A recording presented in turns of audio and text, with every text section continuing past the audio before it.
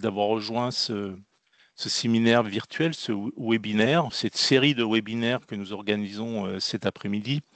Donc, je suis Jean-Marc Thévenin, chargé de mission Outre-mer au CIRAD et co-animateur national d'Hérita en trinôme, donc avec mes collègues Gwendoline Coquet de Champ d'Agriculture France et Sophie Cluzot-Moulet de l'ACTA, qui animent 2 sessions en parallèle.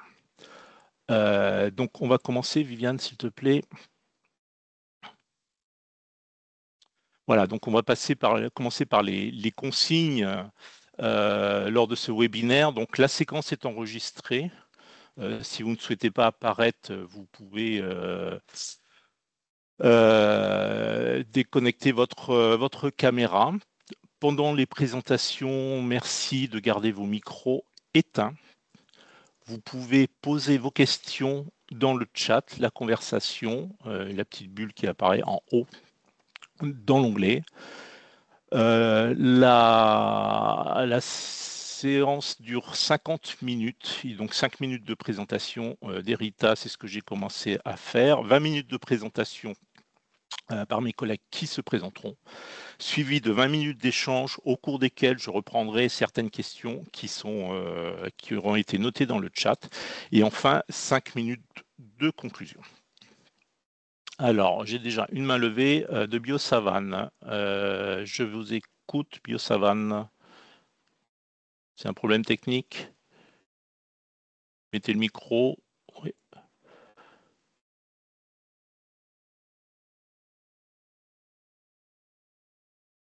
Biosavane. Vous écrivez dans la conversation s'il y a un souci technique. Je vous autorise le micro, Biosavane. Je vous écoute.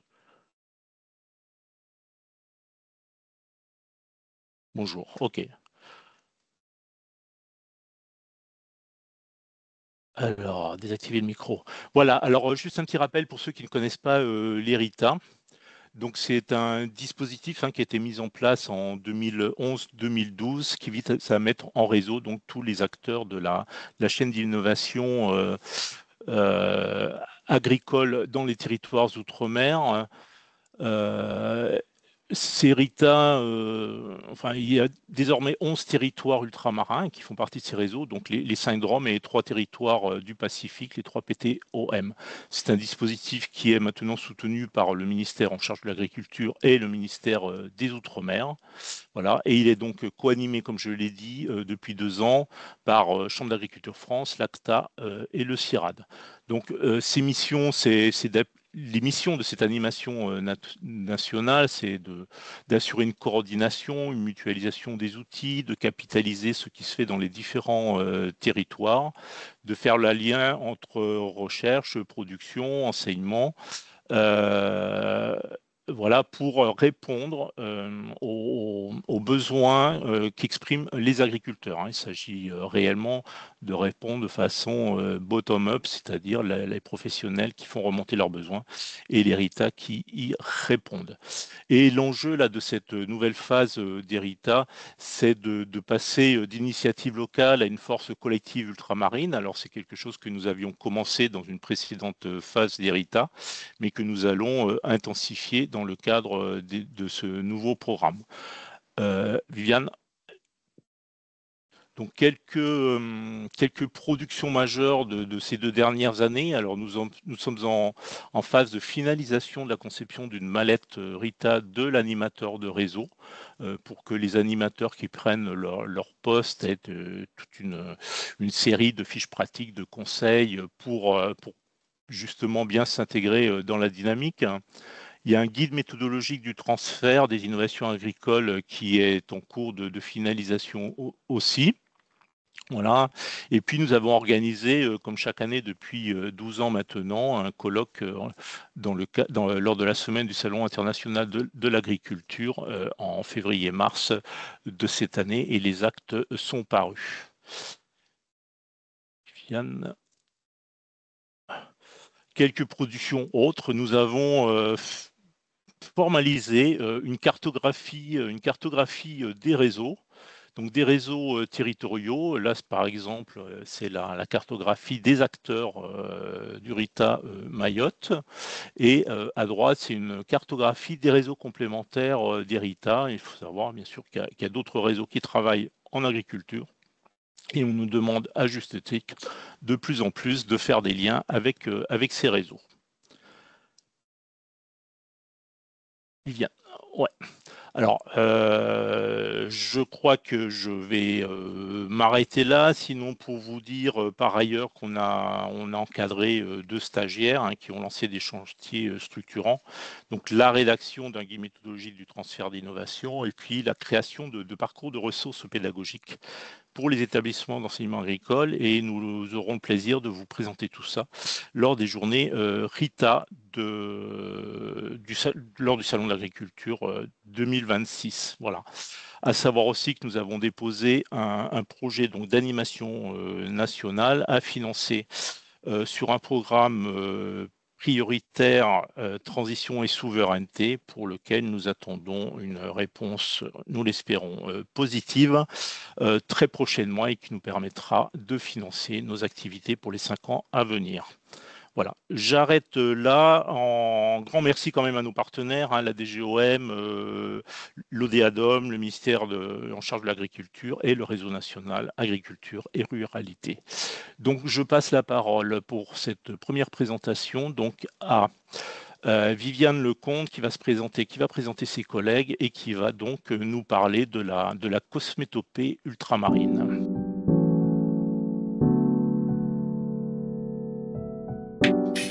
À toi, Viviane. Merci Jean-Marc. Bonjour à toutes et à tous. Donc effectivement, pour cette intervention, donc ça sera fait par moi-même. Donc je suis Viviane Lecomte, chargée de mission cosmétopée ultramarine au sein du CIRAD. Il y aura également Alba Zaremski, donc chercheur au CIRAD, spécialisé sur les interactions bois et bioagresseurs, qui interviendra également. Et Axel Duranti, donc chargé de mission Martinique Cosmétique Vallée au sein de la collectivité territoriale de Martinique, qui nous présentera aussi plus spécifiquement les actions qui ont été menées sur le territoire martiniquais. Donc, notre présentation d'aujourd'hui, c'est de parler un petit peu de la dynamique collective autour de la valorisation de la cosmétopée ultramarine, en vous présentant notamment le réseau cosmétopée ultramarine.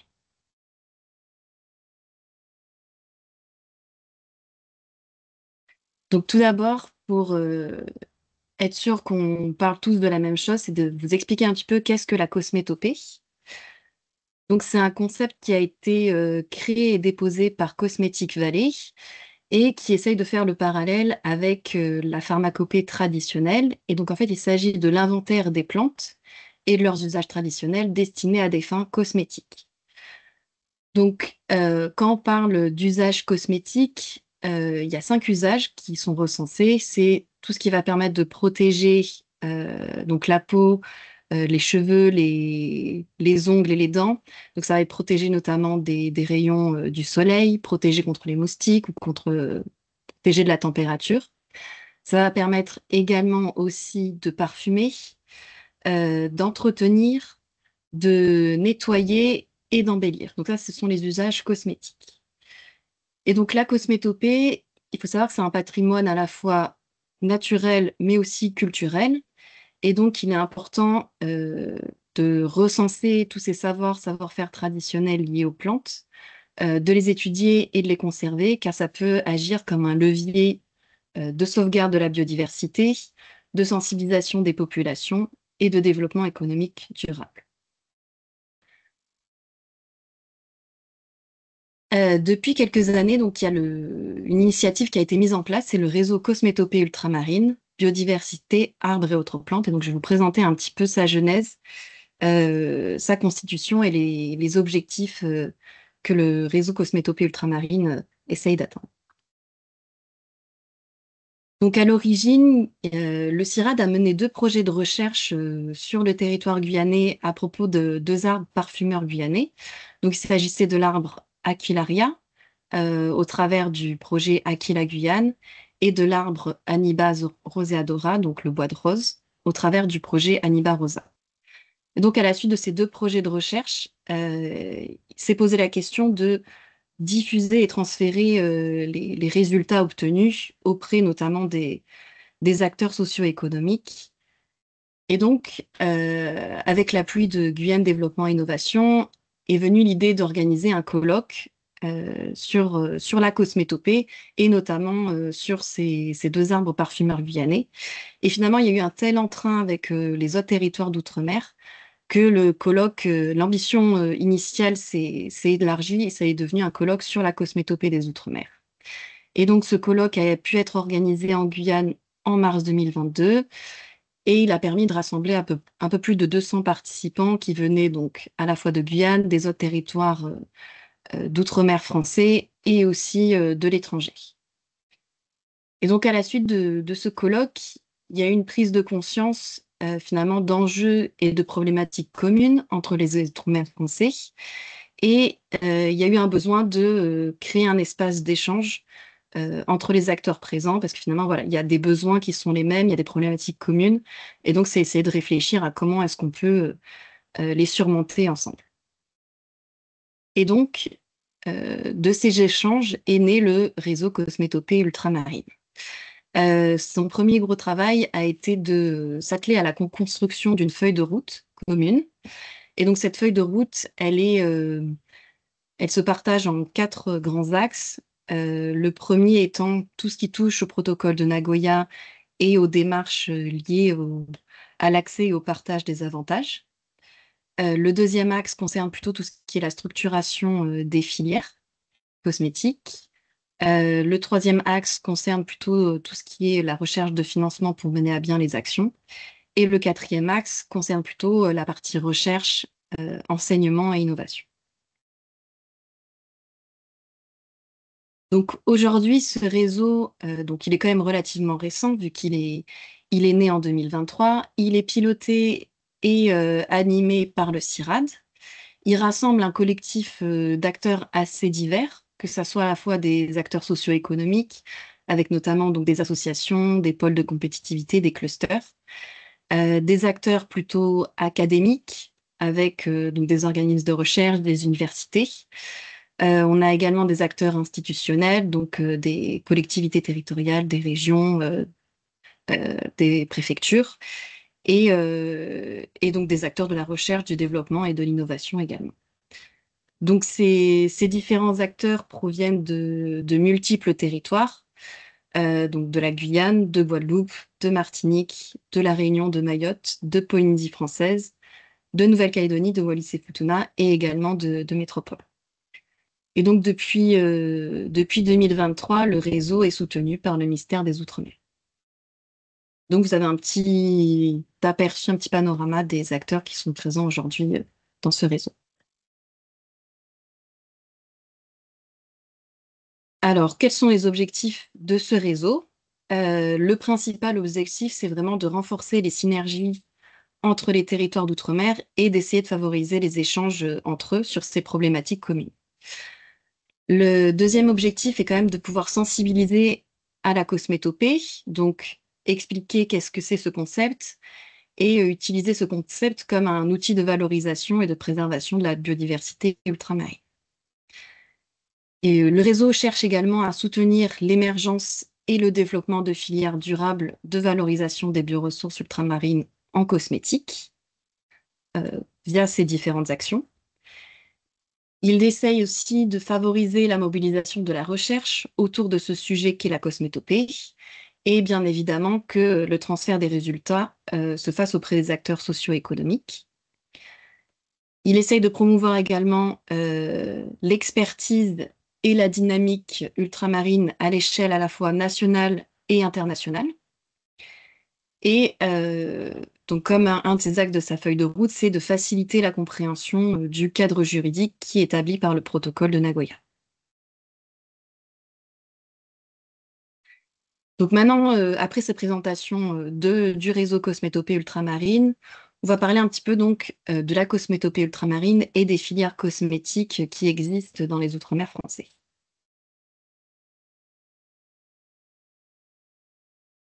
Alors, si après vous trouverez quelques exemples, notamment donc de plantes de la cosmétopée, qui sont des plantes de la cosmétopée ultramarine. Donc, ce n'est pas forcément la plante emblématique de chacun des territoires, mais en tout cas, c'est des plantes qui existent sur ces territoires et qui sont notamment utilisées en cosmétique.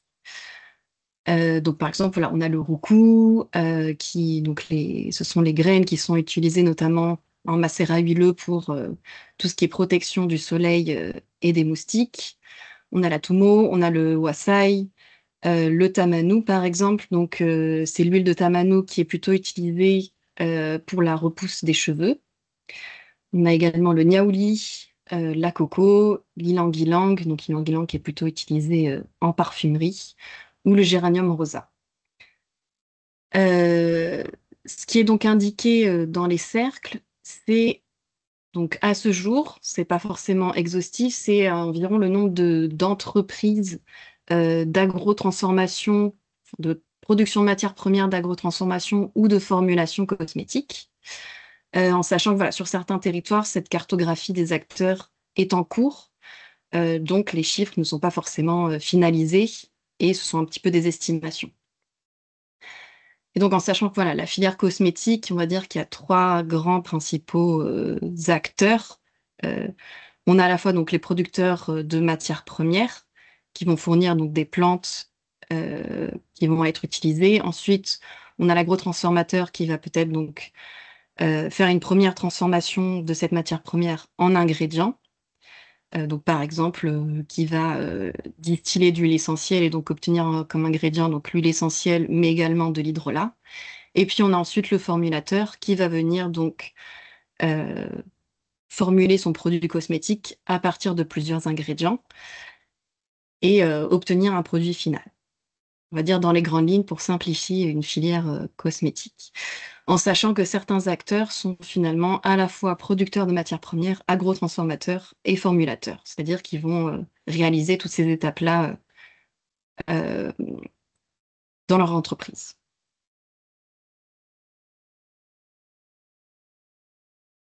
Donc, quels sont les enjeux des filières cosmétiques ultramarines? On a un premier enjeu, notamment de patrimoine et de culture. Comme je vous disais par rapport à la cosmétopée, il faut vraiment donc conserver, préserver et transmettre ces savoirs et savoir-faire traditionnels, bien évidemment au bénéfice des communautés locales, étant donné qu'il y a souvent dans les Outre-mer une tradition plutôt d'oralité, et donc il est important de pouvoir conserver ces savoir-faire traditionnels. Il y a également un enjeu de biodiversité et de pouvoir contribuer à la préservation et à la valorisation de plantes endémiques et ou indigènes.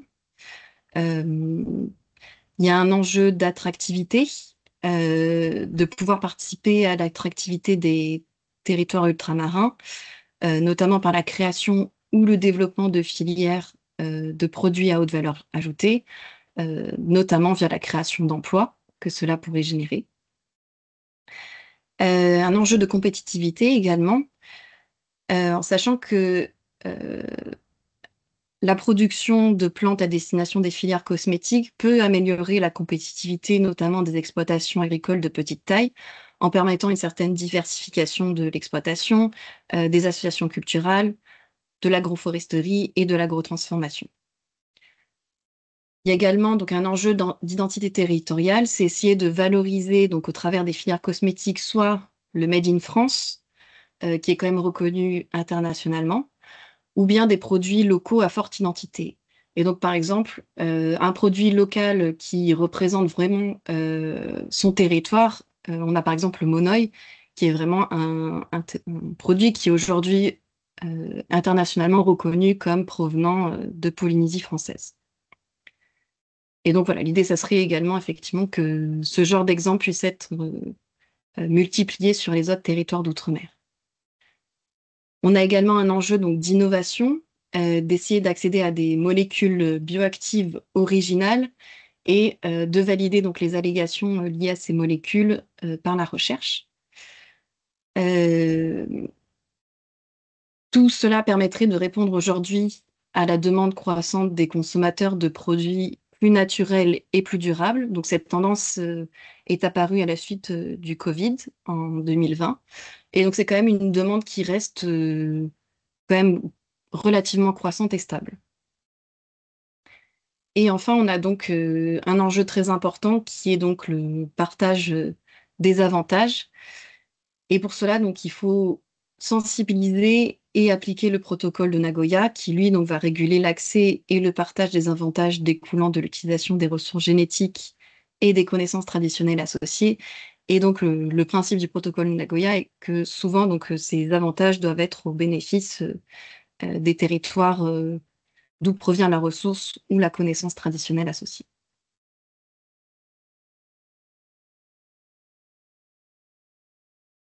Alors, je vais essayer de vous présenter quelques défis qui ont été relevés euh, concernant donc, ces filières cosmétiques ultramarines, en sachant que voilà, tous les territoires ne sont pas forcément au même niveau de structuration, de maturation et n'ont pas forcément tous les mêmes défis, mais c'est des défis qui se retrouvent quand même globalement un petit peu partout.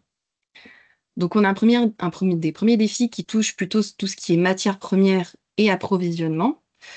Euh, et donc, le premier obstacle, c'est tout ce qui touche à la réglementation et notamment donc l'accès à des fiches techniques des matières premières pour réaliser donc le DIP, le document d'information produit, qui est donc obligatoire dans le cadre de la réglementation des produits cosmétiques. Et c'est souvent un point qui va empêcher certaines entreprises de s'approvisionner en local, donc sur le territoire ultramarin, parce qu'elles n'ont pas accès à ces fiches techniques de la part de certains agriculteurs. Il y a également parfois donc l'absence de volume adéquat qui pourrait répondre à la demande de l'entreprise, souvent dû finalement à une filière qui n'est pas encore aujourd'hui assez structurée, et donc finalement la demande et l'offre ne vont pas forcément se rejoindre. Il y a aussi une absence de données technico-économiques sur certaines des plantes qui vont être produites et utilisées.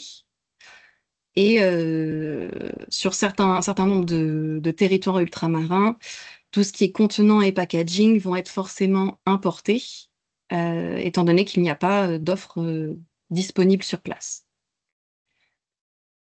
On a également des défis qui touchent la partie logistique et l'import et l'export. Donc ça, c'est des défis qui certainement touchent d'autres filières également. Donc on a la question de la fiscalité et des octrois de mer qui sont parfois finalement un petit peu compliqués à anticiper et permettre du coup de pouvoir vendre ou d'importer facilement des produits. On a également des questions de temporalité et d'accessibilité, c'est-à-dire que finalement parfois le plus simple, on va dire, est d'envoyer les produits en hexagone plutôt que dans un territoire ultramarin voisin où les délais seraient beaucoup plus longs pour de l'export.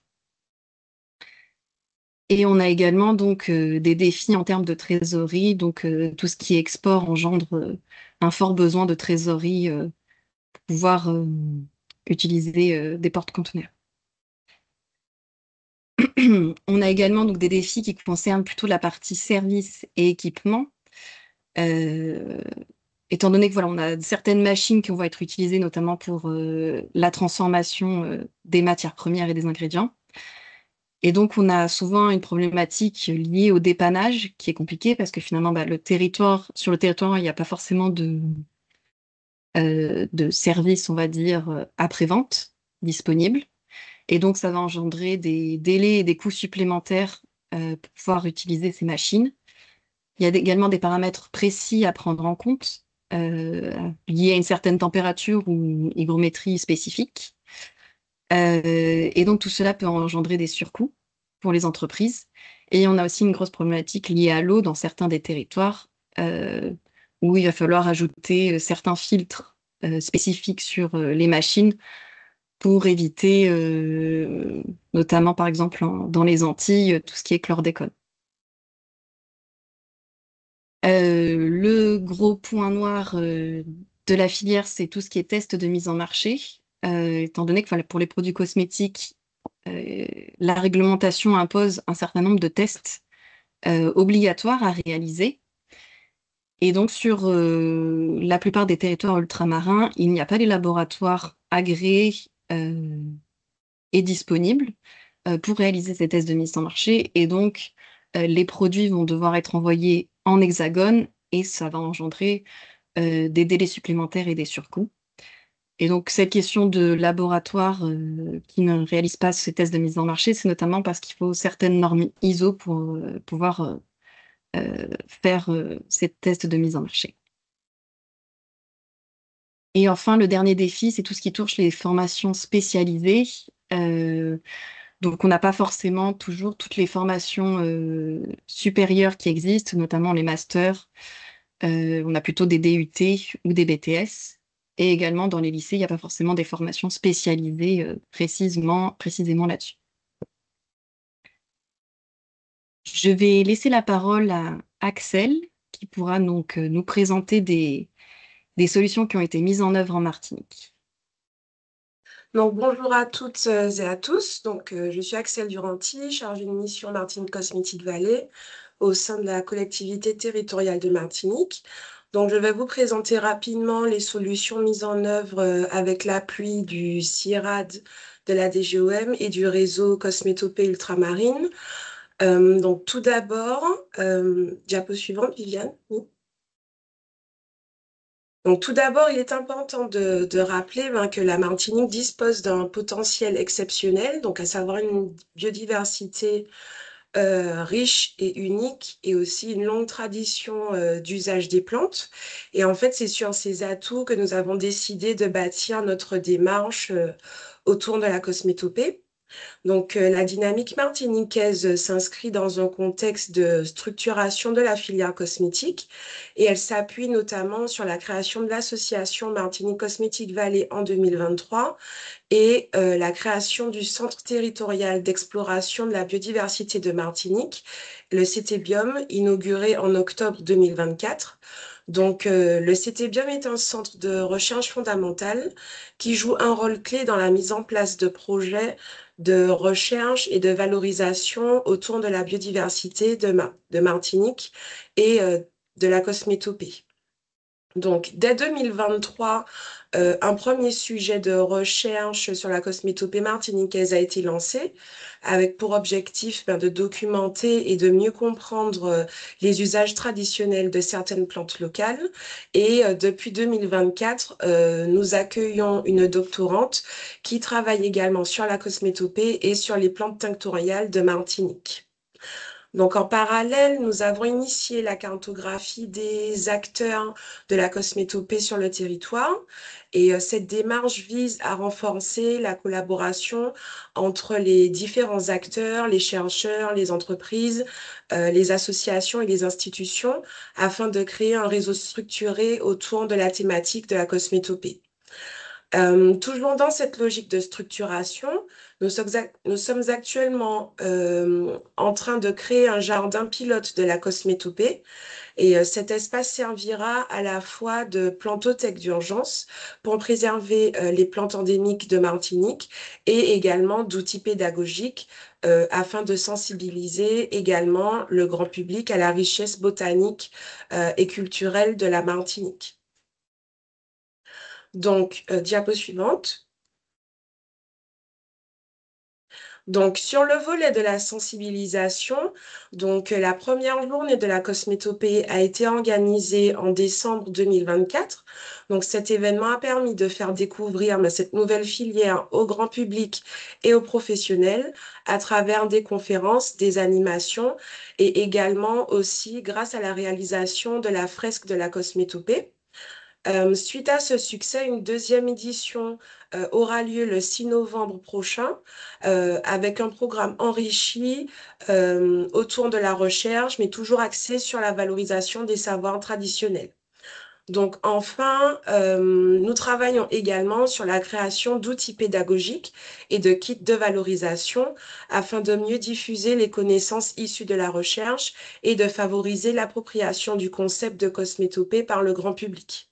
Donc en résumé, la Martinique avance pas à pas vers la structuration d'une véritable filière de la cosmétopée qui relie patrimoine naturel, savoir traditionnel et innovation scientifique. Voilà, merci. Merci Axel. Je vais laisser la parole à Alba sur la dernière partie de cette présentation. Merci Axel, merci Viviane. Je me présente, je suis Alba Zaremski, chercheur du CIRAD à Montpellier. Mes recherches portent sur les interactions entre les arbres et leurs agresseurs biologiques, tels les champignons et les xylophages. Ces dernières années, mes recherches se sont organisées plus spécifiquement autour de la cosmétique et plus particulièrement les produits issus des arbres et des plantes qui interviennent dans la cosmétique. Donc, à présent, je viens à l'objet principal de ma présentation, qui est la présentation de l'atelier qui va se faire à Ouala Yalimapo, au sein de l'Ouest guyanais. Et cet atelier s'intitule L'impact du changement climatique sur l'érosion des savoirs et savoir-faire ancestraux. Quelles conséquences pour la cosmétopée? Comme je vous l'ai dit, l'atelier se déroulera à Ouala Yalimapo les 18 et 19 novembre 2025, au cœur de l'Ouest guyanais. C'est un lieu vivant, un lieu porteur de mémoire. Cet atelier s'inscrit dans la continuité directe des journées de l'adaptation au changement climatique de Guyane, qui se sont tenues en juin 2025. Ces journées ont marqué un tournant. Elles ont mis en lumière la richesse des savoirs traditionnels, mais aussi la fragilité de leur transmission face aux changements environnementaux. Aujourd'hui, ici, nous franchissons donc une nouvelle étape. Durant cet atelier, nous nous réunirons en parallèle de la COP30 à Belém, là où le monde entier débat du futur de notre planète. Pendant que les grandes nations vont discuter de chiffres, de bilan carbone et de trajectoire globale, nous, durant cet atelier, nous parlerons de ce qui se perd quand les forêts changent, quand les rivières se tarissent, quand les plantes disparaissent. C'est-à-dire, ce sont les savoirs, les gestes, les pratiques ancestrales qui s'effritent peu à peu. Notre réflexion durant cet atelier va se concentrer sur l'érosion des savoirs et savoir-faire ancestraux liés aux plantes de la cosmétopée. Nous ne traiterons pas des questions d'accès et de partage des avantages, non pas parce que ces questions ne sont pas importantes, mais parce qu'il nous faut d'abord regarder en face la disparition silencieuse de la connaissance elle-même, car l'atelier se déroulera seulement en 1 jour et demi. Donc cet atelier sera un espace de parole, d'écoute et de co-construction. Ce sera un lieu pour comprendre comment le changement climatique bouleverse les équilibres écologiques et culturels et comment, ensemble, nous pourrons préserver cette mémoire vivante avant qu'elle ne s'efface. Les principaux objectifs de cet atelier seront de comprendre, protéger et transmettre. Les enjeux, ce sont sans savoir, sans transmission, il n'y aura plus de cosmétopée, et sans cosmétopée, il n'y aura ni valorisation locale, ni filière durable, ni retombée pour les communautés détentrices de ces connaissances. Sans cosmétopée, pas de filière locale, pas de valorisation pour les communautés, pas d'avenir partagé avec la forêt. Et notre méthode sera d'écouter les communautés et de partager les observations scientifiques, de co-construire des solutions concrètes et durables durant cet atelier. Évidemment, les perspectives seront de préserver le patrimoine végétal et culturel, soutenir des filières locales et créer un modèle reproductible pour tous les territoires ultramarins. Je finis donc ma présentation pour vous dire que cet atelier est porté par le CIRAD, qui est tout soutenu par la DGOM du ministère des Outre-mer, par la CCOG, par la CTG. Et voilà, j'en termine. Merci pour votre écoute. Merci Alba.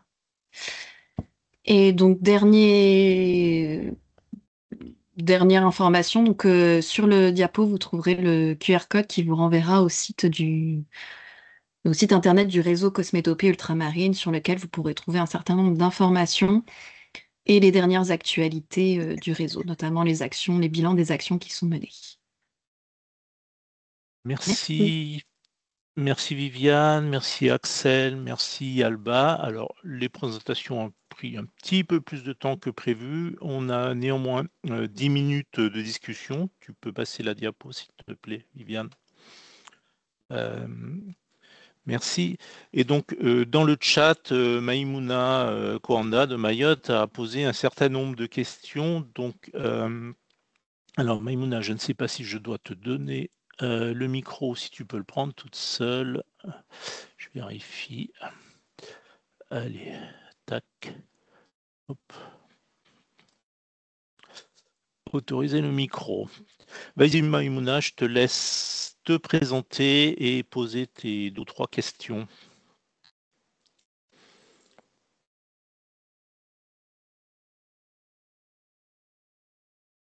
Est-ce que tu nous entends? Nous, on ne t'entend pas, mais ton micro est bien activé de mon côté.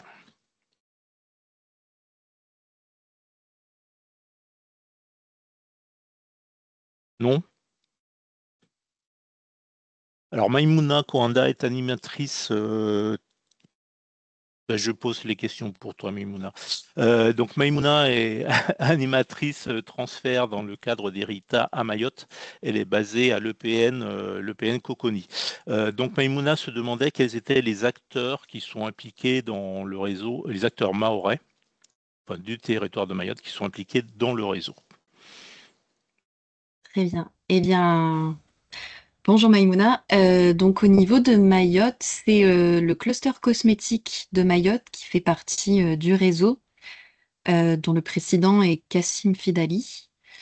Et plus ou moins, le pays de Zem aussi fait partie des échanges, euh, étant donné qu'initialement, c'était Yannick Evenot qui faisait un peu le parallèle entre le pays de Zem et le cluster cosmétique de Mayotte.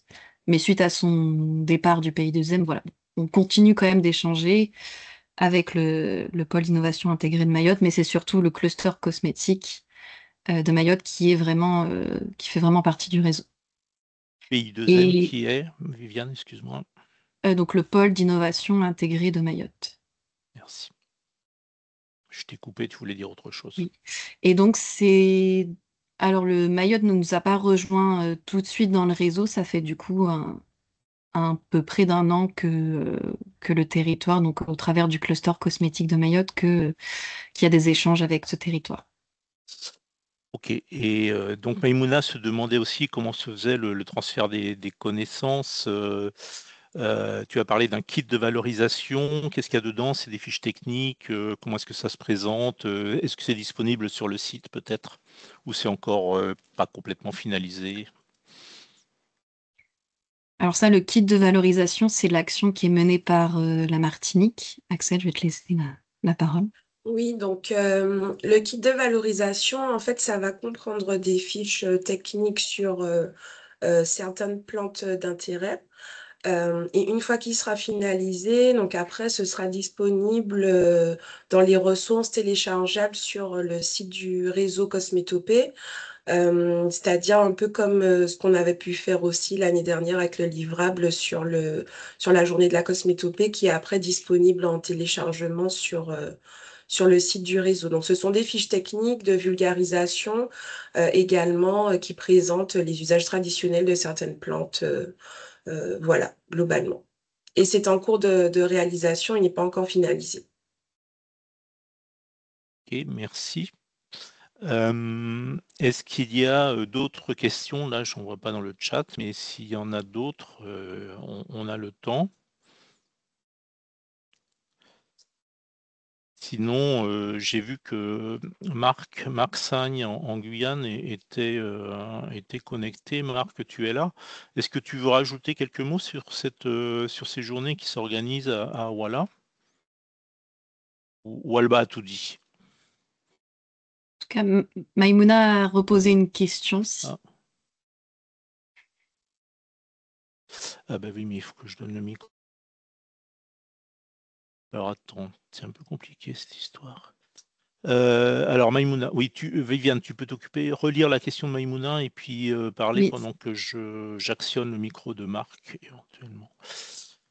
Donc, la question de Maïmouna, c'est comment les structures peuvent intégrer ce réseau. Donc, nous, on est tout à fait ouvert à toutes les structures. Il suffit de nous contacter et de voir effectivement comment est-ce qu'on peut, intégrer la structure à ce réseau. Aujourd'hui, le réseau n'a pas comment dire, de format officialisé de type association ou quoi que ce soit. Donc, c'est vraiment voilà, des échanges plutôt euh, entre les différentes structures qui font partie du réseau. Merci. C'est quand même bizarre cette histoire.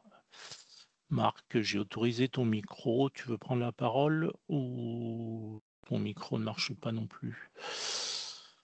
Vous m'entendez? Si. Oui, très bien, Marc. Bonjour. Oui, merci de m'avoir ouvert le micro. Alors, c'est plutôt simplement d'avoir une approche un peu plus globale. Donc, la CTG accompagne bien le développement et l'innovation au niveau de la filière cosmétique. Donc, au-delà de notre adhésion à Cosmétique Vallée, nous souhaitons conduire des actions concrètes au niveau notamment de la mutualisation d'outils. Je prends l'exemple de C3 pour les plantes et également accompagner dans le problème de conditionnement des produits et l'approvisionnement en matières premières. Parce que les structures, d'une manière générale, rencontrent de gros problèmes d'approvisionnement. Le niveau de collecte, on arrive à saturation pour certains produits au niveau de collecte dans le milieu naturel. Et donc, il faudra rapidement arriver à produire au niveau agricole, bien sûr, les plantes pour lesquelles la demande est la plus forte. Donc, on a un projet de ferme expérimentale avec un volet qui va conduire à la définition d'itinéraires culturaux, un deuxième volet qui va conduire à la mise en place de référentiels économiques, et puis le troisième volet, c'est mettre en place une pépinière pour permettre de mettre à disposition des plants ou des semences de qualité et en quantité. Donc voilà, rapidement résumé. Alors le projet prend un peu de temps parce qu'on a un problème de foncier. On a identifié une parcelle qui serait possible d'être mobilisée, mais on a un transfert de propriété au niveau purement administratif juridique. Mais voilà à peu près la stratégie qu'on met en place en partenariat avec GTI. Très bien, merci, merci Marc. Alors, on a une question dans le chat de Podio Tierlé Codibio Turlé Pascal. Vous pouvez vous présenter s'il vous plaît, je ne vous ai pas dans mon listing et je vous ouvre le micro. Attendez, Codibio. Ce truc.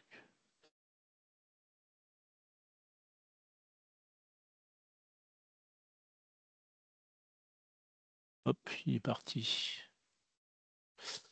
Question de Biosavane. Est-ce que les OPA sont sollicités, Marc, dans la démarche? Oui, tous les partenaires. Ah, je t'ai perdu, Marc. Oui, c'est bon? Ouais. Oui. Donc, je disais que tous les partenaires du territoire seront mobilisés le moment venu, notamment pour le référentiel technico-économique, parce que c'est important de faire des essais multilocaux. Au-delà des essais qui sont réalisés en station, il est important de prendre en compte les différentes conditions pédoclimatiques de la Guyane, qui sont assez diversifiées. Merci Marc. Donc, Pascal, vous voulez bien vous présenter? Je vous ai ouvert le micro normalement.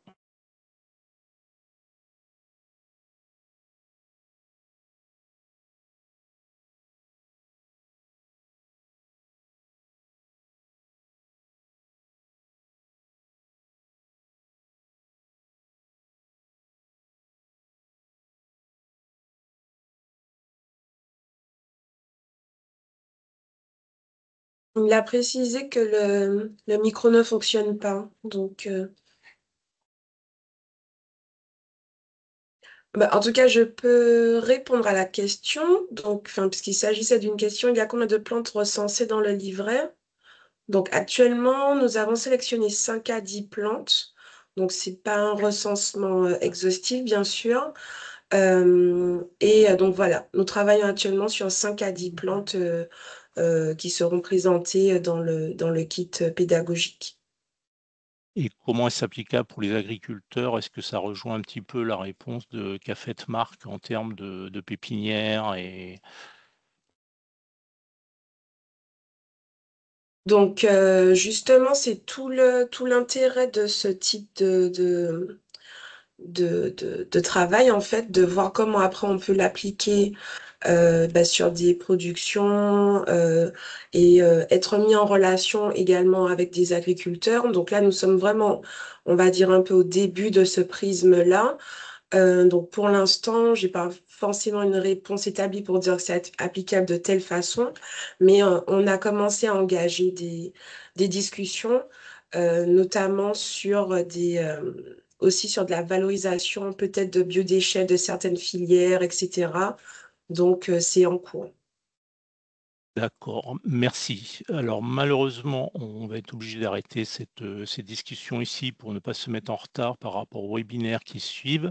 Viviane, est-ce que tu peux passer la prochaine diapo, s'il te plaît? Alors, juste, on voulait vous faire part de nos prochains rendez-vous. Alors déjà, je vais mettre dans la conversation un lien qui vous permettra de donner votre avis sur ces webinaires. Aujourd'hui, alors c'est un seul lien pour tous les webinaires, donc vous remplirez une fois que vous aurez suivi tous les webinaires sur lesquels vous êtes inscrit. On vous annonce le traditionnel colloque annuel d'Erita pendant la semaine du Salon de l'Agriculture qui aura lieu le vendredi 27 février 2026 en matinée, comme d'habitude, et donc sur un thème à venir. Nous ferons toute la communication nécessaire le moment venu. On vous propose aussi de vous inscrire à la newsletter d'Erita que nous avons ressuscité ces derniers temps sous un nouveau modèle. Voilà, je mets aussi le lien ici, vous pourrez vous inscrire. De toute façon, le diaporama vous sera envoyé. D'accord, le diaporama vous sera envoyé et vous aurez les liens. On vous rappelle que l'Erita possède une chaîne YouTube sur laquelle nous déposons toutes les vidéos relatives au RITA. Donc, je mets le lien aussi ici. Voilà. Et puis, on vous rappelle aussi que l'Erita possède un système d'information qui s'appelle Coatis, qui est un petit peu déficient par moment et en particulier en ce moment, mais ça va revenir. Voilà. Si vous le voulez, on peut essayer de faire une photo de groupe. Alors, je ne dis pas que ça va marcher à tous les coups, mais si vous voulez allumer vos caméras, je vais y arriver. Allumez vos caméras. Je vais demander à plusieurs personnes d'essayer de faire une capture d'écran en même temps. Voilà, pour être sûr d'en avoir une. Viviane, tu peux peut-être arrêter le partage pour faire de la place sur l'écran. Et si vous voulez bien tous ouvrir et faire votre plus beau sourire, ça c'est sur 2 pages, donc je ne sais pas comment on fait. Grande galerie, c'est ça, mode ensemble. Allez. Oh là. Tiens, on va faire ça pour moi de mon côté. Il m'en manque encore. Bon, on va prendre ça. Je compte sur vous pour en faire une en même temps. Hein. Voilà. Est-ce que ça va le faire? Non, bon, moi je peux pas le faire moi déjà parce que je dois être en mode présentation. Je vous laisse en prendre et puis la mettre dans le chat si vous voulez.